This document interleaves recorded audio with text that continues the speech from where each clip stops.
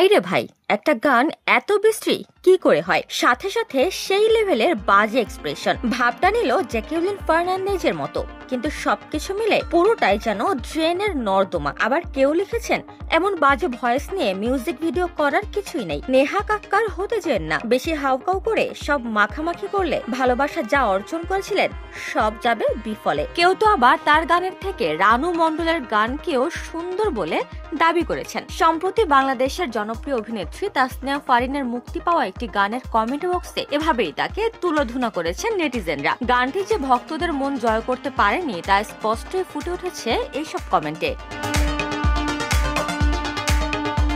তাসনিয়া ফারিন বর্তমান সময়ের জনপ্রিয় অভিনেত্রীদের মাঝে অন্যতম এক নাম। অভিনয়ের পাশাপাশি গানও ভালোই করেন তিনি। গত বছর ঈদে তাহসানের সাথে একটি গানে অভিষেক হয় তাসনিয়া ফারিনের। আজ রঙে রঙে রঙিন হব শিরোনামের গানটি ভাইরাল হয় নেট দুনিয়ায়। এরপর থেকেই ফারিনের নতুন গানের ব্যাপারে আগ্রহী হয়ে ওঠেন ভক্তরা। এবার ভক্তদের চমকে দিয়ে পাকাপাকি ভাবে গানের জগতে নিজের অবস্থান জানান দিলেন ফারিন। তবে শুধু গায়িকা হিসেবে নয়, প্রযোজক হিসেবেও অভিষেক হলো তার।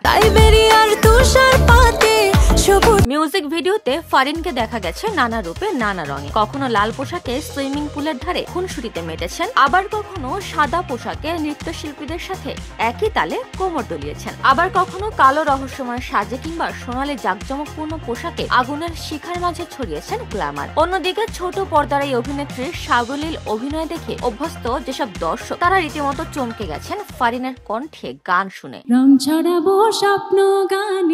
অনেকেই ফারিনের লুক, ভিডিওগ্রাফি, কালার কম্বিনেশনের উপর প্রশংসা করেছেন। এদিকে প্রশংসার পাশাপাশি মিশ্র প্রতিক্রিয়া জানাচ্ছেন অনেকেই। কেউ বলছেন চালিয়ে যাও, তুমিও তামান্না ভাটিয়া হবে। কেউ বলছেন গরিবের দুয়া লিপা কিংবা রানু মণ্ডল। আবার কেউ কেউ বলছেন নাচটা ঠিক জমলো না গানের সাথে, ভীষণ খাপছাড়া খাপছাড়া লাগছে। আবার অনেকে হয়েছেন হতাশ, বলছেন ফারিনের কাছ থেকে আর ভালো কিছু আশা করেছিলেন তারা।